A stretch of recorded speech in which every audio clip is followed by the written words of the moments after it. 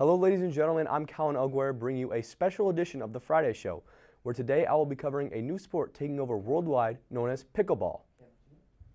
Sort of like tennis, the goal is to get the ball over the net and prevent your opponent from doing the same. Games can be played in singles or doubles on a 20 by 44 foot court just about the size of a badminton court.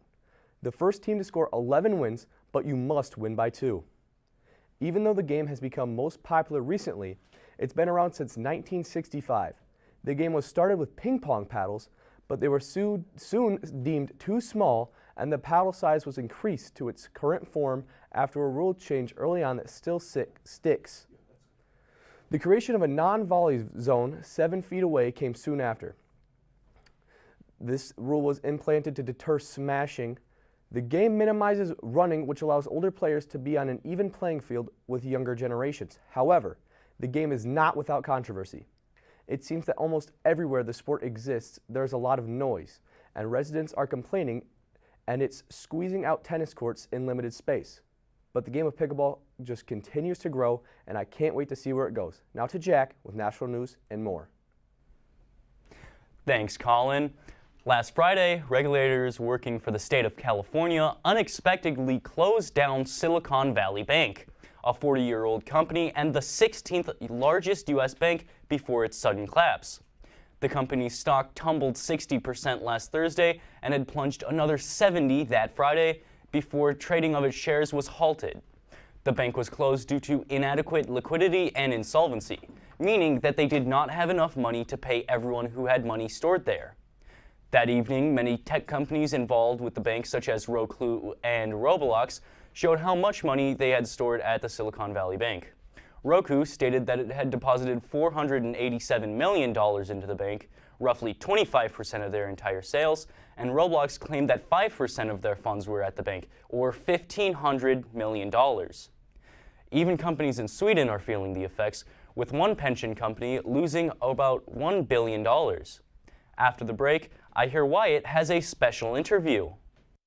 Beautiful and guaranteed, and it looks so great and so astounding. AmericanMetalRoofs.com, so beautiful and guaranteed. Last through the years, AmericanMetalRoofs.com. Beautiful and guaranteed, and it looks so great and so astounding. AmericanMetalRoofs.com makes your home look great. Time to celebrate. The beauty and guarantee come together. So why wait? Wait no longer. So beautiful and guaranteed. Last through the years. American Metal Roofs.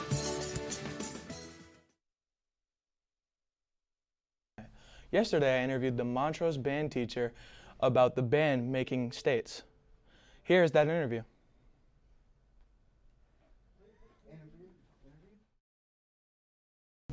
I'm here with the Montrose band teacher, Mr. Pokopovich, or Mr. P. Now, Mr. P, how do you feel about making states in your first full year here at Montrose? I feel absolutely fantastic. I'm super proud of all the students in my high school symphonic band. They've done an excellent amount of work up until this point, and they absolutely deserve to be going to states. And I'm super proud of them. I'm super psyched to our performance at states and see how well we do. So how did your students handle the pressure of the last festival?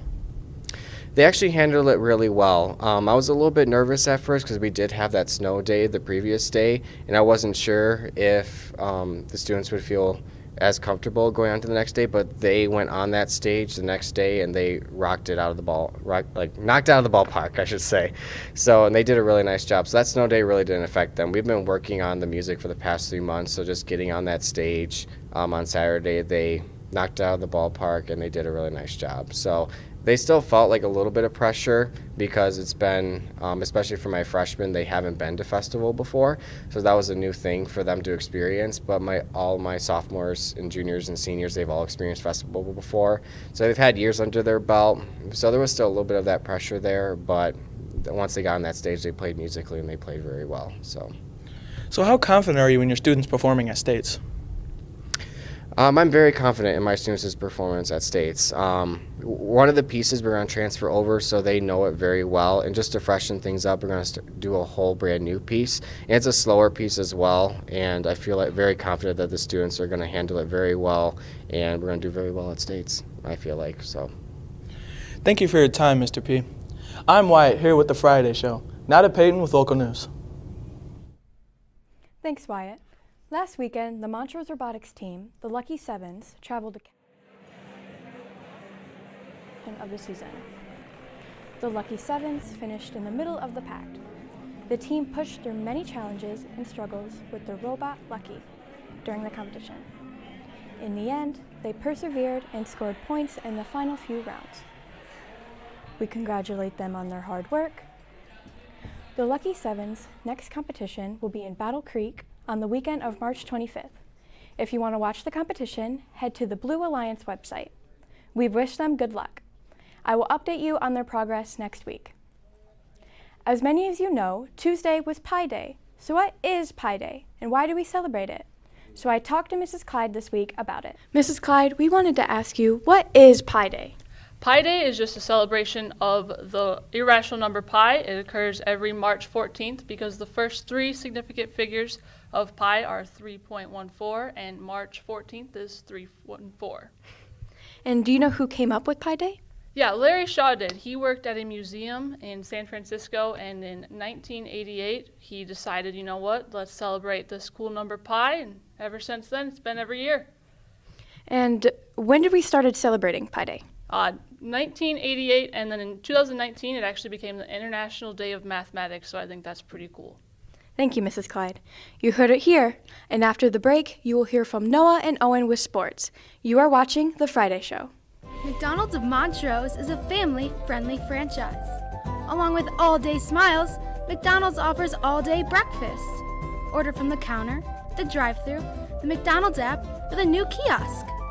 The Deanna family restaurants are still your breakfast, burger, and beverage destination. Bring in the little ones and enjoy a Happy Meal. Come on in any time of the day and join our family here at the McDonald's of Montrose. Good afternoon, everyone. I'm Noah Gross, bringing you a March Madness rundown. The big tournament is finally here, and there's a lot at stake.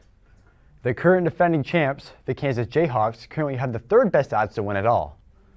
The Houston Cougars currently have the second best odds to win it all, followed by the Alabama Crimson Tide with the first odds. Our very own Michigan State Spartans has won against the USC Trojans, final score 72-62, and will be moving on to the second round. But one of the biggest parts of March Madness is the Madness brackets. There has never been a perfect bracket ever. You have a 1 in 9.2 quintillion odds to have a perfect bracket. You have the better odds to win the Powerball. So best of luck to everyone with a bracket, and next week I'll update you with how many perfect brackets are left. That's going to do it for this March Madness rundown. Now over to Owen with Hometown Sports. Owen? Thanks, Noah. Hello, everyone. I'm Owen, updating you on Powder Tough. Next Tuesday, our school will be hosting the Powder Tough competition. We have 3 teams in the bracket, along with the 4th team consisting of teachers. The competition last year was a lot of fun and very intense. I highly recommend you make it. If you can't make it to the event but still want to watch the game, it will be on the NFHS network. That's going to do it for me. Now to Austin with daily announcements. Good afternoon. I'm Austin with this week's school announcements. As a reminder, students, make sure your locker is closed for custodians. Student Council will be hosting Powder Tough on March 21st at 6 p.m. in the high school gym. Also, keep in mind only 7 people can sign up on one team. Students, today is the last day to buy a Shamrock, and make sure if you haven't bought one, make sure you buy one. The cabaret show is tomorrow in the auditorium at 7 o'clock. Tickets are $5 at the door sales at 6 o'clock, and seating opens at 6:30. If you have any questions about broadcasting, please visit MDM-TV.com for updated schedules, pictures, and digital media announcements. Make sure to check out our Facebook and follow us on Twitter. That's all for today. Have a great weekend. And here's Colin for a final word. Thanks, Austin. And thank you all for tuning into The Friday Show. Make sure to come back next week for more news, sports, and school updates. As always, I've been Colin Alguer with the Friday Show. Thank you. Have a great St. Patrick's Day.